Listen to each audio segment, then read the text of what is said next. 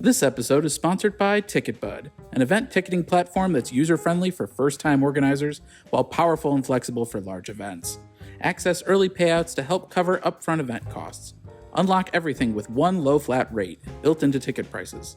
Unlimited ticket types, all features and customer support included. TicketBud also makes it easy to transfer event information from another provider. Get a 20% discount for all your 2021 events by visiting ticketbud.com/gathergeeks. Are you Okay, so we're gonna probably add. Welcome to Gather Geeks, a podcast by BizBash, the place where people passionate about meetings and events come together. Here's your host, BizBash chairman and founder, David Adler. I'll bet you've never heard of the trade show Fabtex. No, it's not a new Bravo show that promotes fabulosity. It's the actual trade show for the welding industry. Today we're going to hear how Fabtex is using one of the most effective marketing engagement strategies called influencer marketing. In the welding business, like almost every other B2B industry, they have their own stars who can be considered micro-influencers. They are the Kardashians in their own niche, and Connor Stewart, the director of social media at MDG, the nation's leading marketing and public relations agency specializing in audience acquisitions for live and online events, will dive deeply into the how of executing new must-use marketing strategies for all types of events. To Gen Z and millennials, this is an obvious approach, but actually executing takes processes, tools, and measurement to justify the expense. Be sure to take notes and be your own influencer in your own organization. I guarantee this is a game-changing strategy, and you will look like a hero, so take a listen. So Connor, I saw you present at the CISO conference last week in Louisville, and I must say that you were a huge hit. And I wanted to get your reaction on why you thought you were a huge hit on something that seems so obvious to people of your generation.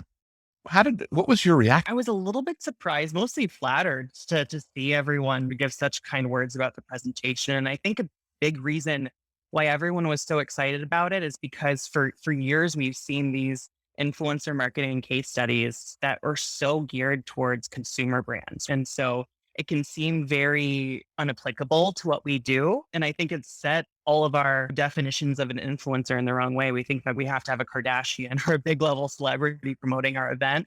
But I think the reason why everyone was excited is because we've seen this for so long as B2B event organizers, and we have not thought it was applicable, but actually we have so many influencers under our roof. So knowing that all of these individuals exist, they're low-hanging fruit and really closely tied to our event, we can leverage them today to add credibility and reach to our campaigns. It can just go such a long way and be immensely valuable.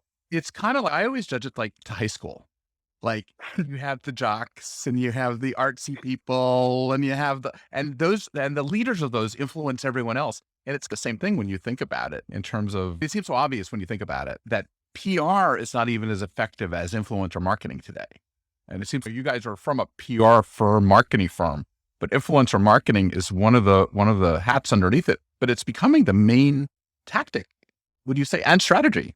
Yeah, I definitely agree. And I think that a big part of that is just that we put so much more trust in humans than we do in organizations. I spoke about brand ads, and some of us will turn on ad blockers on our computer so we don't have to look at them. Or maybe an attendee prospect can see a digital advertisement a dozen times. But I bet that all of those combined touch points is not stacked to just one recommendation that they would get from a friend or an industry colleague. So really, I think that's why it's becoming so instrumental today. Because like you said, PR, that's still us talking about how we ourselves, our own events are special. And if you're bragging about your own value, all that stuff is true. But if someone else is touting it for you, it comes with so much more credibility and can also help you reach more audiences.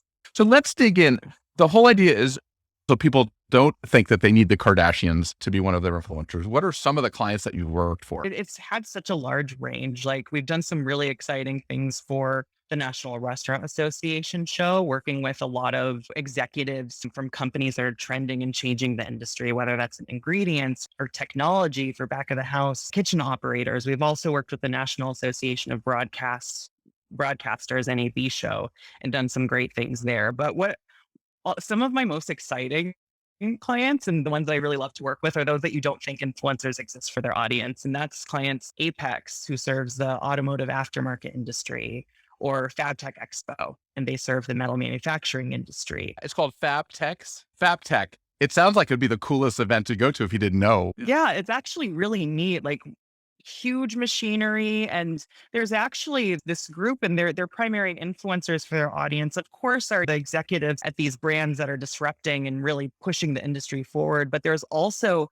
this large network of welders who might be shop owners on their own and do custom projects, but they can also be artists and make a lot of exciting arts and metal sculptures. For Fabtech, for example, a big goal for them is appealing to the next generation of the workforce. There's a really big workforce gap in the metal manufacturing industry. So they wanted to appeal to more Gen Z and millennial audiences, as well as women in the industry. So to make it clear, let me just interrupt in a second. You're talking the fabricators of the world, the people that create these great, in our world, a fabrication is something like a cool bar or something like some cool thing that you're seeing that's actually handmade. And in other worlds, it's like creating the prototype for a whole product. And the following that these individuals have gained on social media is so immense. And we actually have the tools. We use an influencer relationship management tool to look at these influencers' audience, and we can see who their followers consist of. So we can check and confirm that they have Gen Z and millennial followers and females in the industry who are within the welding and manufacturing industries. So we've worked with them to create content to promote the event. We've done some meet and greets on the show floor with attendees.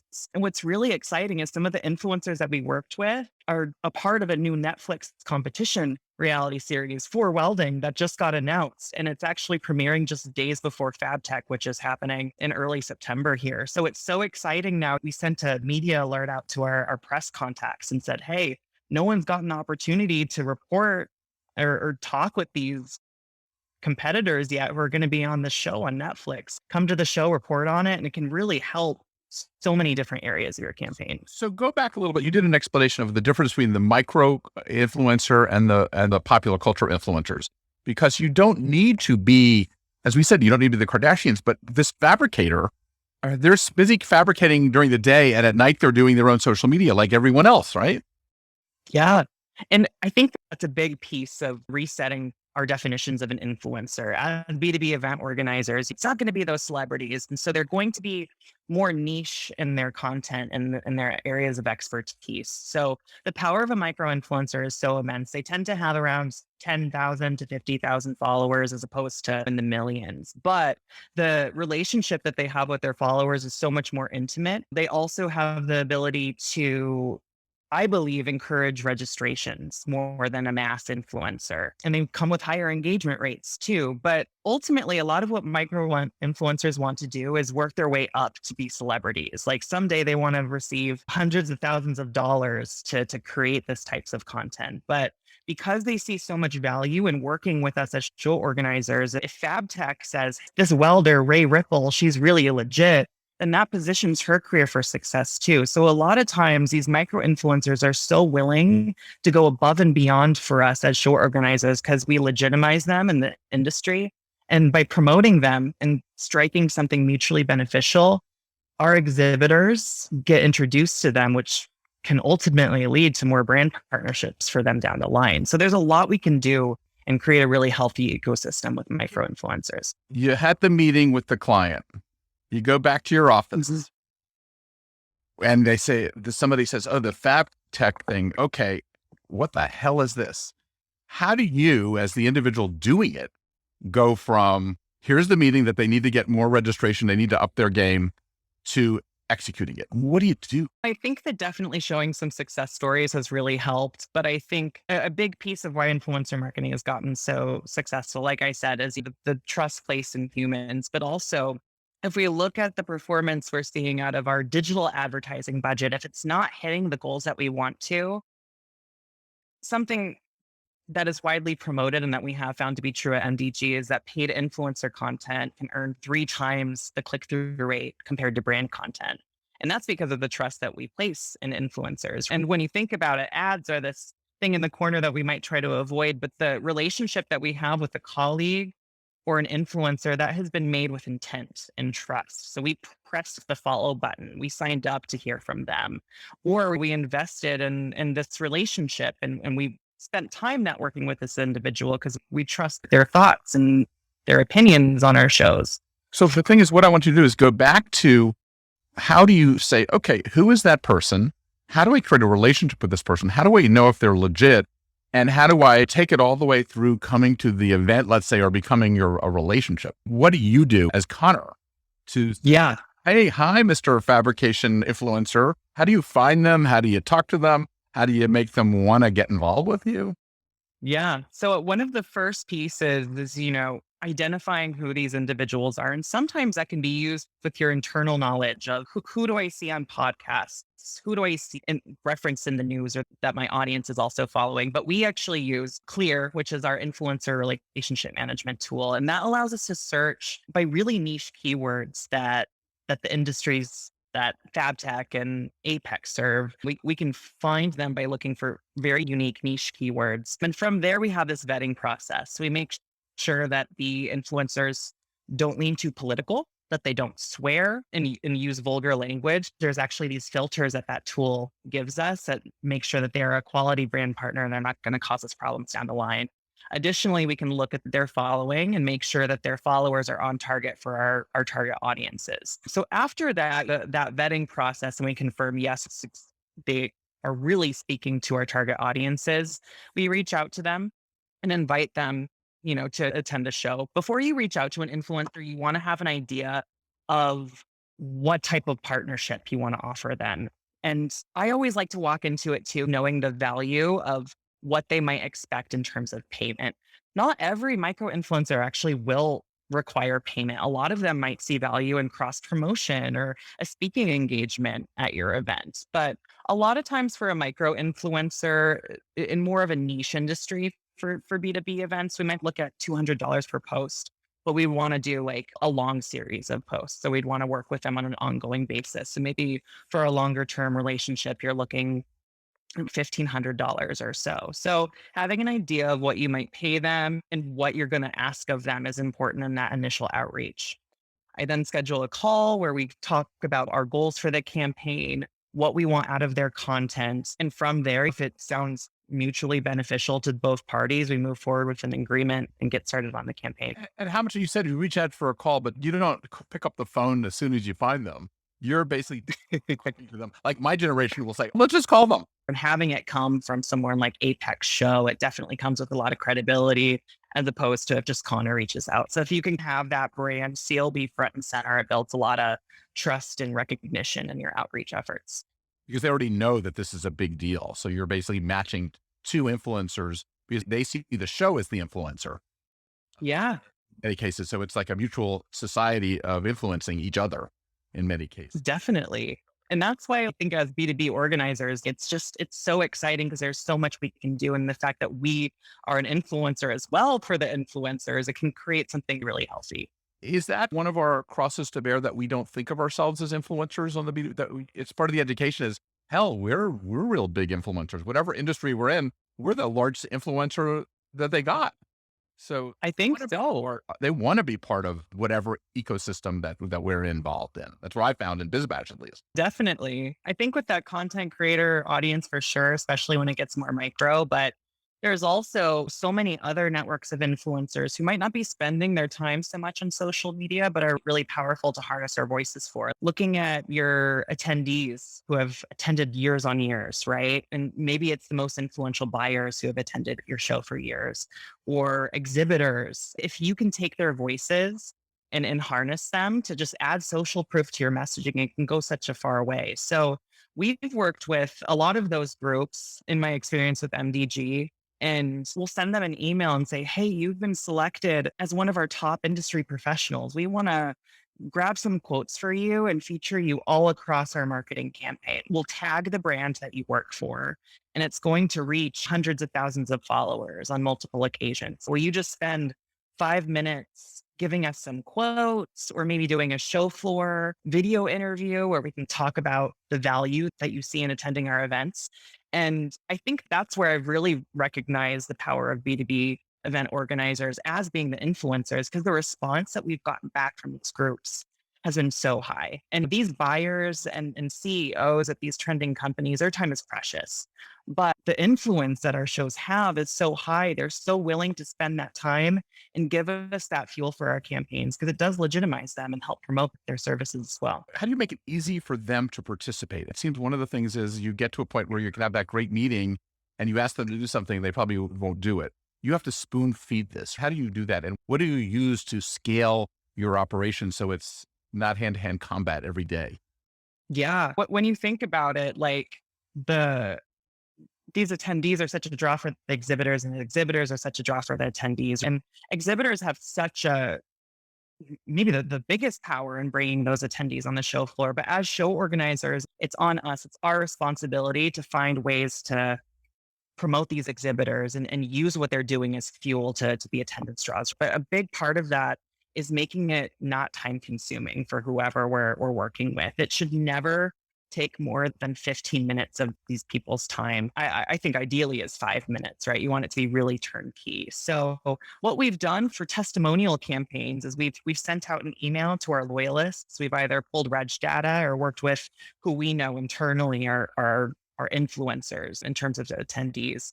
And we've sent them an email that has a hyperlinked SurveyMonkey form. So they click on this form, they spend 5 minutes typing about their favorite show memories. And it's no more than 2 sentences. But by telling them and really clearly stating this takes no more than 5 minutes of your time, and we're going to share it to X amount of followers, it makes the ask really clearly easy for them. And the what's in mutually beneficial programs are really clear. So that's helped us get a lot of participation out of these groups. And do you find that when you do that, make it easy for them, do they then go over and above and send it to their folks because it's so easy to just forward? Or is it something that's a roadblock as well? Yeah, that's a great question. I think making it very easy for them to share is key. So if it's on social media, make sure that you get their personal and their company social media tags. A lot of times I take that on as searching for those tags so that they don't have to do extra work and we don't have to add a minute to that request from them. So I myself will go find their company tags and their personal tags. So when we do publish that content to social media, they get a notification and they can just press share and amplify it to their own audience. And that's a big key part of influencer marketing. Of course, we want to harness the voices and the credibility to act as social proof, but we also want to capitalize on their networks and expand the reach of our campaigns. So having it be easily shareable and tagging them on social is key. And if it's not social, if you're putting it on your website or within an email, just let them know when that's going to go live so they can keep their eyes open for it and share it to their own audience too. Are you able to use an easy technology to give them credit for people that buy tickets or registration through them or even trade show booths through them? Is there a revenue share on that as one of the strategies, perhaps? I haven't done a revenue share yet. With content creators, I have said we have this incentive program. So we're going to pay you for X amount of content, but then later on I'll say, hey, if you get 10 registrations, we'll give you X amount of dollars. That kind of encourages them to go above and beyond their contract. But with this group, I think that I haven't tested that out quite yet, but something that you could use to make something like that possible is Glean In or Feather. And these are tools, especially Glean In, that has been built for the events industry. And I love it because it can integrate into your registration flow. And once any exhibitor or just general attendees register, with a click of the button, they can promote your event to their social media channels. They can get email signatures, graphics for their website. So that's a really great turnkey way to look at that. And if you want to take it a step further, giving them UTM links or unique promo codes can help track those registrations that are coming in. What's the UTM link? for us? That is a link that allows you to track how many clicks you get. It also lets you know once someone clicks that link, what pages they're visiting. So it's not just how many clicks are we earning. Once they clicked that link, are they going to registration? Are they going to your about page? So it allows you to track the journey that someone takes once they click on your link. And what technology are you using to implement these campaigns and these trackings and things like that? Is there a software program that works? We use Google Analytics for our UTM links. There's a lot of them out there, but that's been really helpful. If you're just looking at links, I've used Bitly to track some things, and that also allows you to customize what you're creating. And then your promo codes, I think just working with your registration vendor to set that up. So the registration. So what about the content distribution piece? How do you scale the idea of getting it on all the different platforms, or do you have to do them one by one? I know there are some tools for that. I don't know if you use any.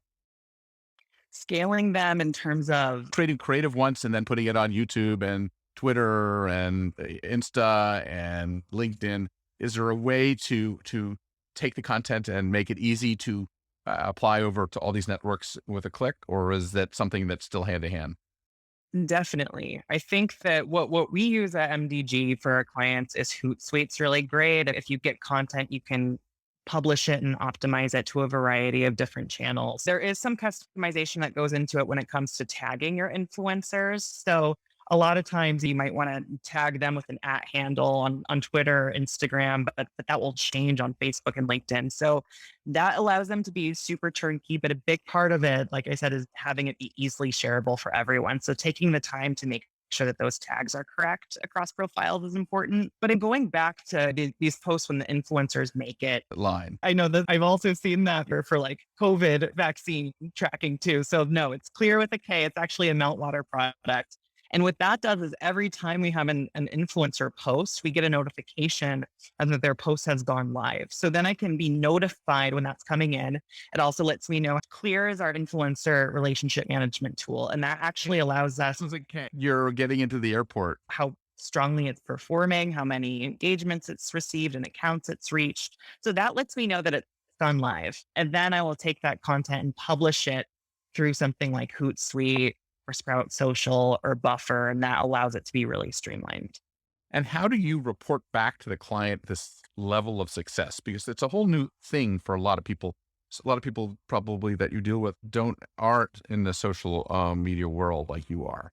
And how do you make it understandable for them? I think there's a couple layers to this. First of all, the content that you have created by influencers, this shouldn't just live on social media. You want your content to also be leveraged on your email campaign, on your website. It can only drive more results anywhere it's used. So if you can find the content that you have influencers create just to social media, you miss out on ROI. So if we're looking at those pieces like emails or digital ads or on your website, track that content alongside of it, but do a comparison on your influencer-led content compared to your average campaign messaging when you distribute it there. Now, if we're looking at what has been posted from the influencer themselves and we're trying to say, influencer posted X amount of posts, what did we get out of it?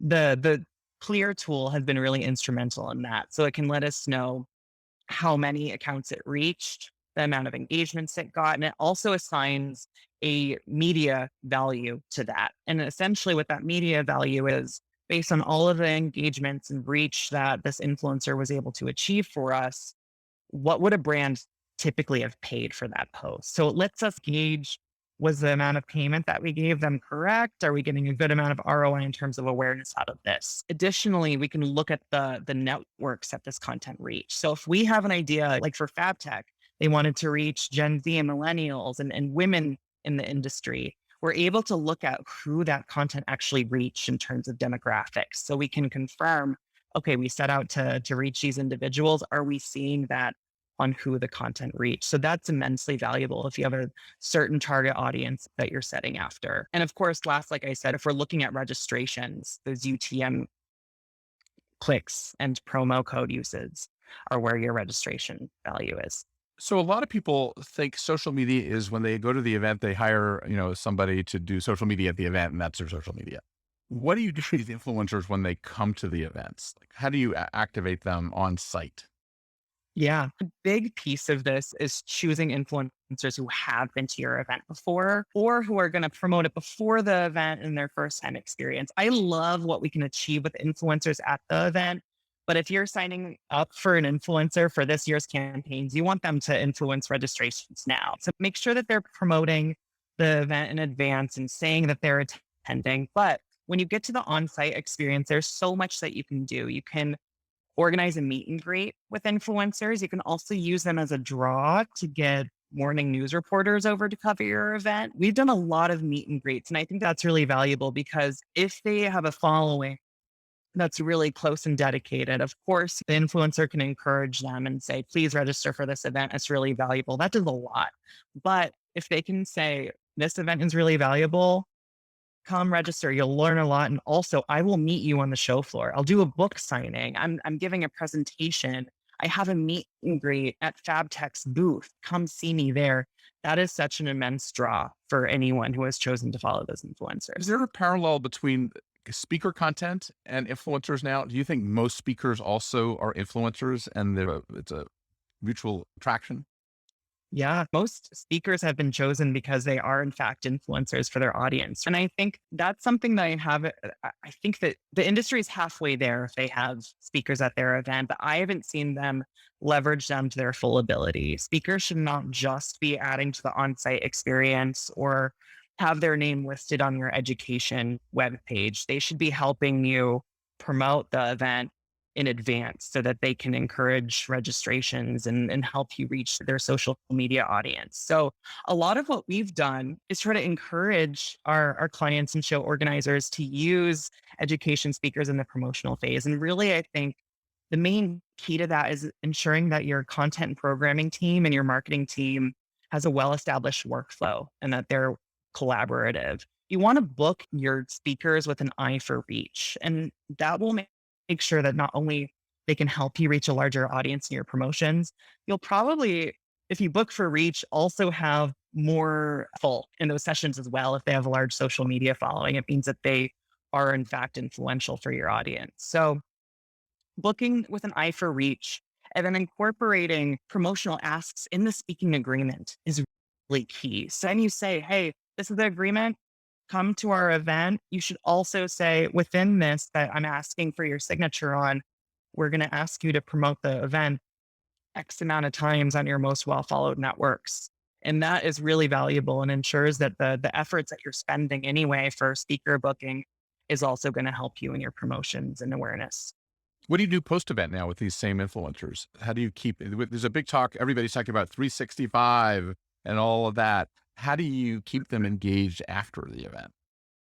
The longer term you can work with an influencer, the higher your ROI is going to be. So I definitely encourage all year round partnerships if possible. I always like to test small and make sure that we are getting the results that we wanted. So do a small test run, and maybe that's working with a keynote speaker. And after you use a tracking tool like Clear and can see the value that they've given your event, and if it aligns with your expectations, take it to the next step. So you can work with the content that they've produced. If you make sure that you secure usage rights, you can use that content into your next year's promotions. Use it as a throwback. You can do a TBT, use a hashtag and say, who remembers Adam Janae at Fabtex last year? We're about to announce our roster for this following year. Who's excited? Maybe you invite him to attend the event again and create a different type of presentation on a different topic, or even just being able to harness that content is really powerful. Potentially too, like having your event speakers write a post-event blog post about what the value that they received at the event can be really valuable too. So using them as outsourced content creators, maybe after that fact, is a really great way to harness them year round. How do you deal with the fact that, let's say there's two competitive conferences? Try to get exclusives for the most part, or do you allow them to come to both? Or does it look like they're building on your base if they then exploit it? How do you deal with that? Yeah, I think that's a great question. I talked about some content creators, and those are the individuals that are branding themselves and they make most of their living on creating content. So with those individuals, if you give them payment, I think that you have the right to ask for exclusivity. Now, If you are working with an education speaker and they primarily travel the country and are speaking, if you're not paying them, it might be hard to secure those usage rights. But anytime you give them funds for what they're doing, it is definitely a best practice to ask for exclusivity on the content and who they work with so that they're not working with any competitive brands. In your contract. So you have some pretty tight contracts with people. So and all of these guys are used to that. In terms of that. Let's move a little on to platforms. I know that it depends and everyone says, oh, it depends. But what in general, is LinkedIn still the holy grail, or is it, I find LinkedIn, it's okay, but I only use it when I don't use it as much. I'm not emotionally attached to it, I guess I can say. But where the platforms are, right? It's so dictated on the industry or event serves. We use social listening, which is a separate tool. We use BrandWatch right now. And that allows us to see where the conversations about an industry are taking place. That could be on Reddit, Twitter, LinkedIn, Instagram, Facebook, a variety of things. So that can guide our efforts in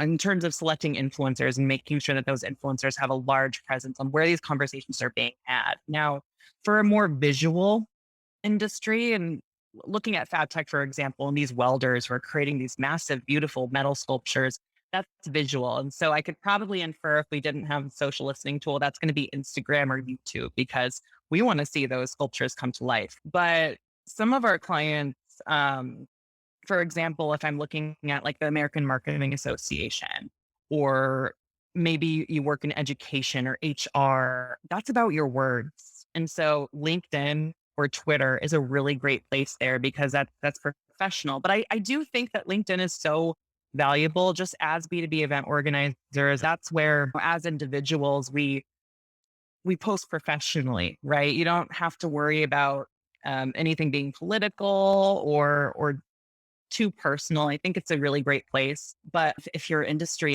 is so leaning towards the visual, using social media listening tools to help point you in the right direction, it's a great way to go. Once you get to know people, do people then let you into their lives? Does it work that way? Or is like you graduate from LinkedIn to letting people see your YouTube pages or your Instagrams or your TikToks in the future? Yeah, I do think that you can graduate to that for sure. What I see a lot, if I'm encouraging like an employee advocacy program for a client, and a lot of times that is a form of influencer marketing too. But I think a lot of times before, at least for our industries, before you start becoming an influencer, you're an influencer on LinkedIn, right? And then if you really want to take your career to the next level, you might create more of a professionally geared Instagram or Facebook. And some of these have balances of personal life, and it helps give a human aspect to it. But I do see everyone starting at LinkedIn. And then as they start to grow their prominence, they'll create a Twitter. Maybe it's separate than their main personal Twitter so that they can start to grow their clout and their audience on there as well. And that's why I think tools like Clear and looking at language and political posts and everything is so valuable, because once you do graduate from LinkedIn, you start to have it blended with your personal content. It's really nice to look back and have a lot of confidence that if an election happens or some big catastrophic world event, that that influencer is probably going to keep towards the positive or keep professional as opposed to having their content turned. The relationship becomes with that person. It's just going back to high school again. It's sort of, this is the cool guy on the street. And sometimes that you got to be careful not to, after high school, he may not be that cool anymore. Exactly. So you got to worry about that. So how do people do this work? You're an agency, but I can see that what you're explaining to me is that you need somebody in your organization that's a disruptor, that jumps into the registration thing and say, why not this? And you jump into the education thing and you jump into the core side. You're really, this job of the influencer, of being the orchestrator of the influencer, is very key now to the way the world is working. And a lot of people have never even had that role before. How do they hire somebody for that role other than hiring an agency, which of course you would love to do, but some organizations can't hire agencies? What is the profile of the Connor that you would hire on your own team? Like, where do you find you? One of the reasons that this has been natural for me is because I have I've spent about 8 years in the B2B event industry, and I blend this experience and this perspective from an exhibitor and an event marketer. I think really having a deep understanding of trade shows, of the types of people who attend and what they rely on for their businesses and what they're looking for at the show is really important. So I think that this really can be a marketing hire, but they have to be really collaborative. And I think that they have to understand the ins and outs of a trade show, because really this is all about getting fuel for your promotions, right? So definitely marketing is where you want that hire to live and have experience in marketing, but understanding what is going to create this mutually beneficial program for attendees, how to leverage exhibitors in a really easy way to highlight them, and then integrating with the content and programming teams ends up being in a different department. So I think this experienced marketer who understands the ins and outs of a trade show and maybe has a blend of different perspectives and also is really collaborative and ready to not only speak with influencers, but other departments and be comfortable asking for pieces of them or tweaks to workflow that can keep these things really efficient, but leveraging the contacts and the relationships that exhibitor relationship managers and programming has. I can talk to you all day about this, but one of the things I want to get into before we end is when you see these posts and you see the things on social, what I know, and this is another, it depends, but when you look at something, how do you know it works? Like, how do you know that this message is going to resonate? Is there any do's and don'ts that you can give us? Yeah, I think that a big part of that is we can look at engagement rate for content. If we're getting data, and likes are great, but I think the comments and just browsing through the comments can give you this other way of how valuable this is beyond the metrics. Not all metrics for engagement are equal. Like likes are not the same as a comment, and shares are really great because it amplifies it to another audience. If you scroll through your influencers' comments and there's people saying, oh my gosh, I just registered, or this is so valuable. I used to attend this event, but now I'm going to register for this. Some of those are so powerful and can really help you understand what type of relationship the influencer has with these individuals. But beyond that, I think having the messaging be so personalized in the influencer's voice. You do not want it to feel like you are feeding them messaging and that they are just copying and pasting what's on your website for you. We do want to provide influencers with key messaging points that need to be conveyed and the main selling points of our show, but the way that they illustrate them or speak to them should be in their own voice. Like, I didn't grow up in the metal fabrication industry. No, I did not. Believe it or not. But, if I were to send messaging to Ray Ripple about Fabtech, it might come off really stuffy for her audience. It might come off as just really promotional. But the relationship that she has with her followers, if she hits all those messaging points, but she puts it on her own spin, she's built up a following for a reason. Like, she has hundreds of thousands of followers because of her voice and her ability to connect with them. So I think that being able to trust them and look that they are hitting your messaging points, but writing it in their own words in a way that resonates with their followers is really valuable. I just interviewed people from Barclays Bank who do a lot of credit campaigns. And the woman who's brilliant, was telling me about how one of the tactics that they use is to get the managers at the company to meet the influencers. And it becomes a whole nother way to understand your product. You're educating your C-suite people on their own products.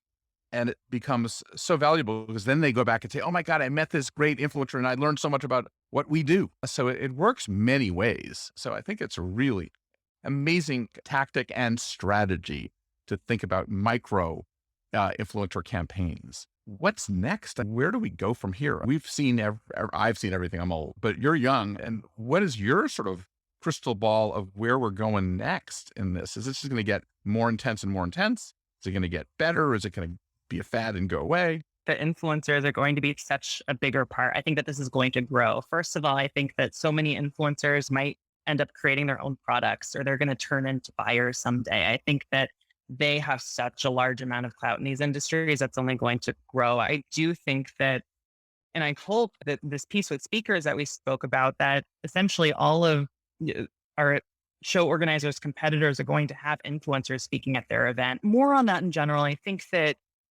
we as show organizers in general are all having this question on how do we appeal to the next generation of attendees, right? Especially with the pandemic and just who Gen Z and millennials are. I think that getting so accustomed to consuming content online. And I think that we need to find ways to appeal to these audiences and prove that our shows can provide so much value in terms of that, and also the networking opportunities and also the on-site experience that you get by interacting with tangible products and connecting with these individuals. And I think that these influencers are so instrumental in appealing to the next generation. And the next generation, even more so, is that group who is not trusting brands as much and really wants to hear from humans. And this is where they're spending most of their time. They're the most rejecting of advertisements like this. So if we have the ability to look at who these influencers are and that they do have next generation attendees in their following and in their networks, harnessing them, I think, can keep our trade shows at the leading edge and appealing to these next generations for the long run. You got a question at CISO that I thought was very interesting. And it was, have you ever had an influencer turn on you that says, oh, this sucks, and could be negative? How do you deal with that? And that's going to happen. That's just the nature, especially when you say this next generation rejects brands and advertising and marketing. You have to be so authentic even in dealing with them. Yeah, for sure. I think that hopefully in that vetting process, if you do thoughtfully vet them, use the influencer relationship management tools to monitor the language and the political sides of their content if they're already, but also take a look like on your own, scroll through their feeds and just give a human eye to it. So hopefully you can get that out of the way. But a lot of times in our contracts, we will say that these are our brand standards. Like, you cannot be vulgar. You cannot talk negatively about X, Y, or Z. So hopefully in the contracts, there are pieces there where you spell it out. Like, you cannot do this. Otherwise this contract is terminated. You're going to have to delete all of your posts and you're not getting your payment for this. Now, I'll say when you're taking these tactics with unpaid influencers, if there's a CEO who's an attendee that taking his own stance and turning on you in that way, I think trying to get in touch with them from someone from the organization, put a human spin on it and see if they can stop trying to negatively impact your brands. But you do have a little less control when you are not paying them. So if that's the case and someone ends up doing that, you already have content published about them, you could probably go back in time and take down that content so it doesn't seem like we're really legitimizing their voice. Like, that might be done and you could avoid working with them in the future. Maybe they'll still attend your event, but we don't promote them as a main thought leader in attendance. Yeah, they're going to be banned from the kingdom. Right. So how do people get in touch with you? Oh, LinkedIn also can connect with me through MDG. Our website's mdd.agency. But I'm always so excited just to talk to anyone, like whether they're a client or not. Thanks for listening to today's episode.